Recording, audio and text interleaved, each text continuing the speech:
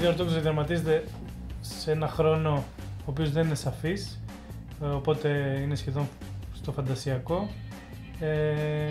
Το βρήκα ως μια καλή ευκαιρία να κάνουμε ένα φάνταζι ελληνικό υποτικό ρομάνς.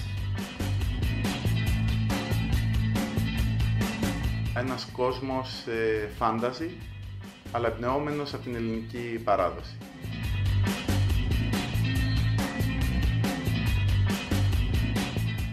Θα λέγαμε, μάλιστα όπως κάποιες μίλησαν στην κουβέντα, θα λέγαμε ότι είναι κατά κάποιο τρόπο ένα ελληνικό Game of Thrones, ας πούμε.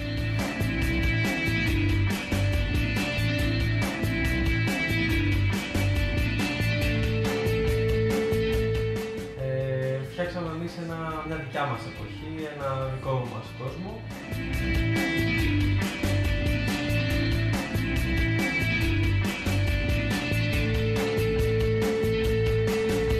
Θα απεικονιστεί και στο τελικό αποτέλεσμα και θα ικανοποιήσει και τελικά και τους ίδιους τους αναγνώστες και της λογοτεχνίας, αλλά και τον κόσμο. Νομίζω το αποτέλεσμα είναι πολύ κοντά σε αυτό που φανταζόμουν αρχικά και είμαι χαρούμενος γι' αυτό.